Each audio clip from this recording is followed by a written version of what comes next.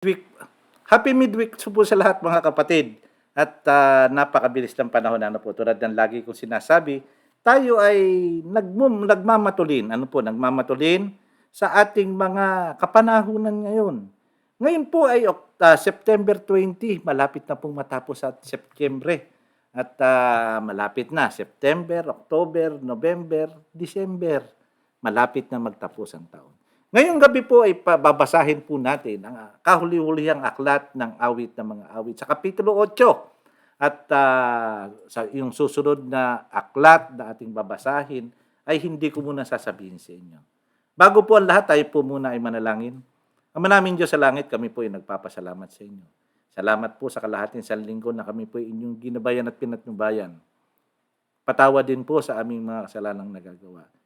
Sa gabi pong ito, Ama, ay muli kaming dudulog sa inyong paanan upang humingi ng katalinuhan.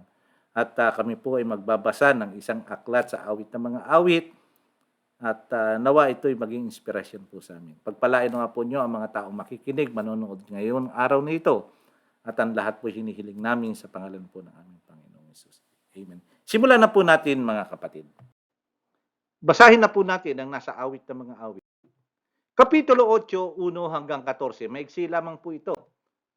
Kung naging kapatid lamang sana kita na pinasususo ng aking ina, hahalikan kita saan man tayo magkita. At hindi nila ako pag-iisipan ng masama. Dadalhin kita sa bahay ng aking ina at doon ay tuturuan mo ako tungkol sa pag-ibig.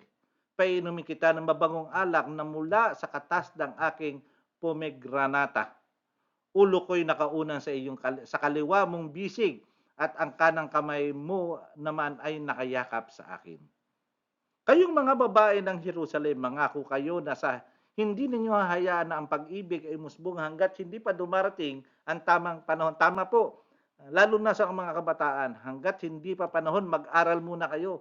May kani-kanyang panahon para dyan. Madali ang umibig, masarap ang umibig, pero may tamang panahon. Tuloy po natin.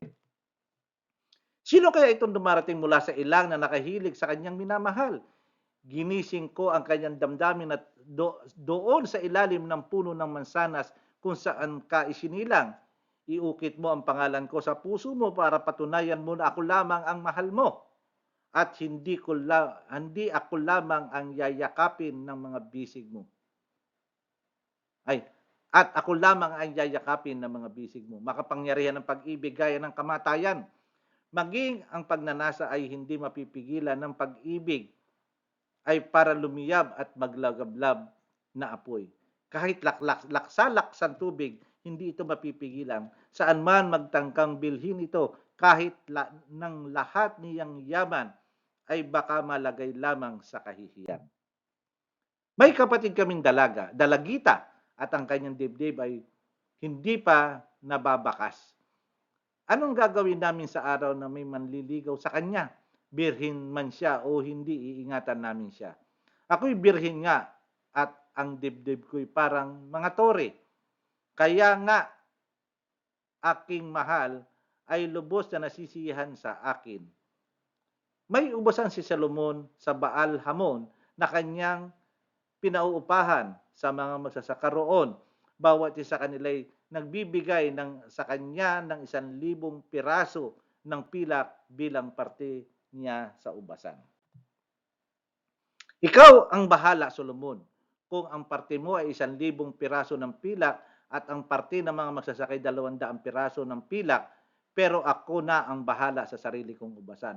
O irog kong namamasyal sa hardin, mabuti pa ang mga kaibigan mo'y naririnig nila ang iyong tinig, iparinig mo rin ito sa akin. Kahuli-hulihan po, halika aking mahal, tumakbo ka ng mabilis gaya ng mga usa sa kabundukan na punong-puno ng mga halamang ginawa ng pabangon. Napakaganda po, napakasarap basahin ng awit ng mga awit.